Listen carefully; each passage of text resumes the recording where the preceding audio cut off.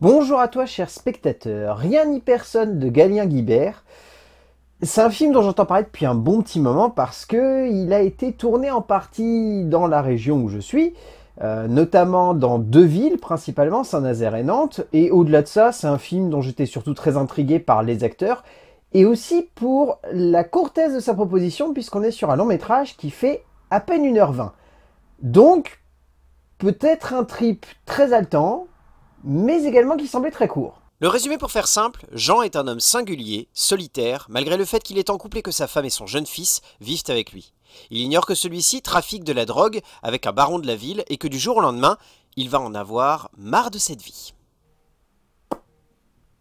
Euh... Ça se sent qu'il n'y a pas grand-chose à raconter. Euh... Galien Guibert nous propose un espèce de film qui est un mélange de pas mal de choses.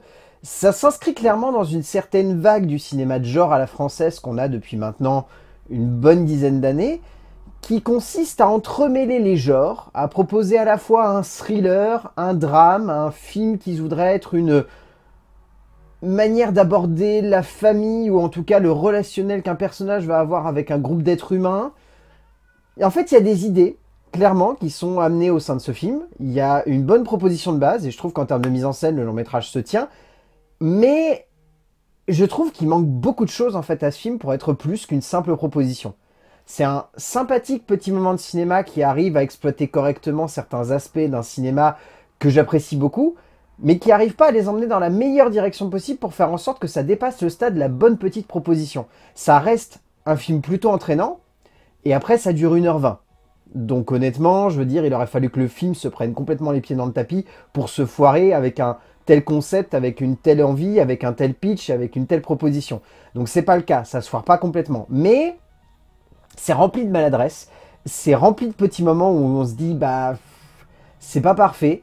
Il y a d'autres moments où on est vraiment emballé par l'histoire, et au final, bah, on ressort en se disant, l'idée est bien, le geste n'est pas complètement accompli. Baser un film sur une certaine idée que l'on se fait du cinéma, chaque auteur a un peu tendance à le faire, que ce soit de manière frontale en choisissant d'aborder un sujet selon un certain angle d'attaque, ou que ce soit de manière plus subtile en abordant le cinéma comme une logique de création simple, mais avec une certaine ambiguïté. Galien Guibert a certainement eu la sensation d'aller dans la deuxième direction, parce que le film qu'il nous offre, malgré une bonne ambiance et une forme assez haletante, sonne tout de même dès la fin de son introduction comme la redite de ce que le cinéma de genre essaye de faire depuis quelques années, sans forcément parvenir à aboutir au meilleur résultat. En termes d'écriture, le scénario est écrit par Galien Guibert, par Clément Tuffreau et par Jean-Baptiste Delafont. L'écriture, en fait, se résume à un concept. C'est-à-dire prendre un personnage et le faire sortir, en fait, de son monde pour le pousser dans un retranchement. Donc cette base-là, elle est plutôt intéressante. Ensuite, l'objectif de cette narration, c'est aussi de questionner sa place en tant qu'être humain dans une situation où il cherche le plus possible à se détacher de tout ce qui fait de lui un être humain. À travers de ce titre qui est forcément très évocateur, Rien ni personne, le personnage essaie de nous faire comprendre que littéralement, il peut survivre et tenir dans ce monde que par lui-même.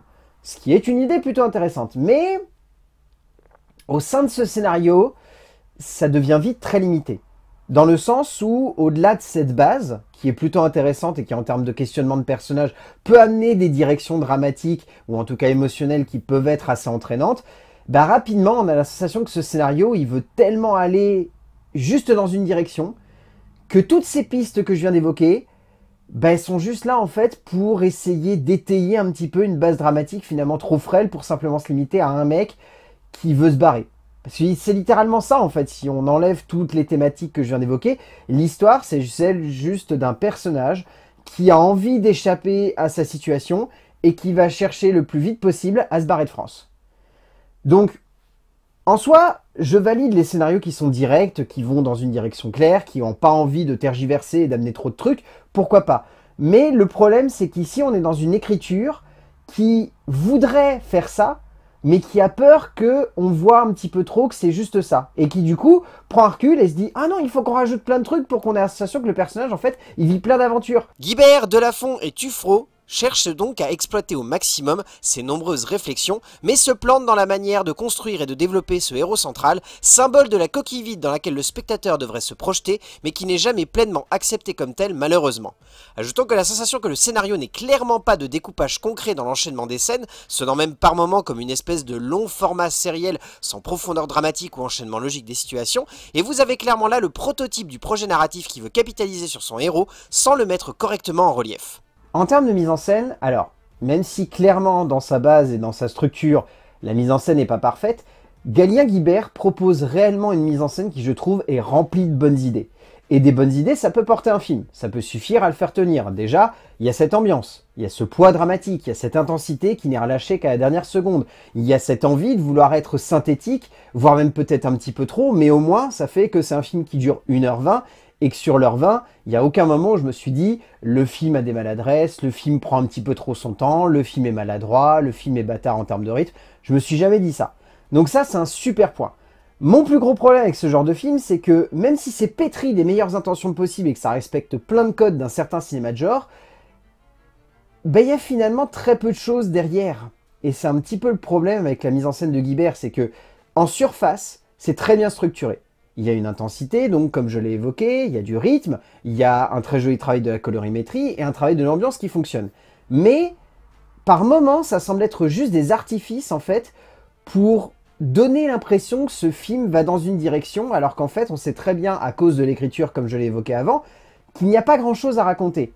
Et du coup, ça fait que même si on est embarqué par le récit, on passe son temps à se dire « c'est bizarre, je trouve que le film semble fade ». Et c'est pas une fadeur qui pourrait venir d'une sensation que, bah, j'en sais rien, c'est froid, c'est trop clinique, c'est trop simple ou classique en termes de mise en scène. C'est pas le cas ici, puisqu'il y a une identité. Mais c'est plus en fait qu'on ressent du début à la fin que ce sont juste des artifices esthétiques pour essayer de porter un récit qui finalement a peu d'âme. Et c'est mon gros problème avec ce type de récit, c'est que même si j'aime bien l'idée purement graphique d'un film, il faut quand même que ces images, elles me parlent. Et le problème, c'est qu'ici, j'ai l'impression qu'il y a une distance constante entre ce personnage et nous. Comme si l'objectif n'était pas de pleinement rentrer dans sa tête, mais juste de le regarder et de constater à la fin si ses actions, elles ont été justes ou non. Alors pourquoi pas en soi, hein, si le personnage il est tellement puissant et qu'il prend tellement de place qu'au bout d'un moment on se dit bon bah ok, j'ai juste à le regarder et les aventures vont prendre elles-mêmes de la place dans le cadre. Là c'est pas vraiment le cas. Indéniablement, Guibert est un cinéaste avec une envie de vouloir profondément impacter le spectateur, notamment par les choix esthétiques et graphiques de son métrage, mais qui ne réussit pas pleinement à faire cela, la faute à une logique visuelle qui ne colle pas avec la logique scénographique. À force de vouloir uniquement faire un tape à l'œil esthétique, qui est assez accrocheur dans les premières scènes, le cinéaste se perd dans un moment de cinéma où il ne réussit que par instant, et de manière sporadique, à donner lieu à une œuvre haletante et intense, donnant parfois presque la sensation que le mystère et la puissance dramatique de son film sont secondaires par rapport à son esthétique. En termes de casting, alors celui-ci est très hétéroclite puisqu'il rassemble plein de gueules que vous avez déjà vues au sein du cinéma français et qui les compile dans un film où je trouve ils sont tous vraiment excellents, que ce soit Souliane Brahim, que ce soit Françoise Lebrun, que ce soit Sam Louvik, que ce soit Fouad Amara, Gina Djemba, Franck Bruno, Jonas Brino, Margot Delafont, Spencer P. Enfin, je trouve que tous les acteurs ici ont vraiment quelque chose. Bon, forcément Souliane Brahim et Françoise Lebrun ont une place un petit peu particulière au sein de ce récit. Je trouve que ces deux femmes, déjà, elles ont beaucoup de charisme. Au-delà de ça, elles ont une très belle manière d'interpréter leur personnage. Peut-être Françoise Lebrun est un petit peu en demi-teinte, mais elle a assez de puissance et de background pour réussir à porter son protagoniste. Et après, il y a cet acteur principal que moi, personnellement, j'adore, qu'on ne voit pas assez au sein du cinéma français, alors que clairement, il a un charisme de dingue, et qui ici, s'il n'était pas là, eh ben, je pense que le film, je l'aimerais pas du tout. J'arriverais pas à le sauver, et heureusement qu'il est là, pour me faire apprécier réellement l'immersion qu'il y a par le biais de son personnage. Paul Ami est un acteur qui est particulièrement créatif, capable de faire passer beaucoup de choses uniquement par les expressions de son visage, comme c'est le cas ici, où il est vraiment impressionnant. Au bout du compte, rien ni personne, il y a de l'idée, il y a une base, mais c'est un peu tout. C'est un film qui est intéressant pour ce qu'il a à nous proposer dans sa surface, pour ce qu'il a à vouloir emmener, mais rapidement, c'est un film qui semble juste être fait d'artifice. C'est un film qui a de l'idée, mais qui n'a pas le fond. C'est un film qui est graphique, mais qui n'a pas assez d'émotion. C'est un film qui semble être une espèce d'œuvre viscérale, mais finalement, c'est très en surface, et ça stagne un petit peu. Ça reste prenant, et ça dure pas très longtemps, et c'est extrêmement bien joué. Donc Rien ni personne de Galien-Guibert, si vous avez l'occasion de le voir en salle, bah, Essayez, peut-être que ça va vous plaire, peut-être que vous allez pas du tout aimer le trip, mais en termes de cinéma de genre, c'est une petite proposition avec ses intérêts. A plus.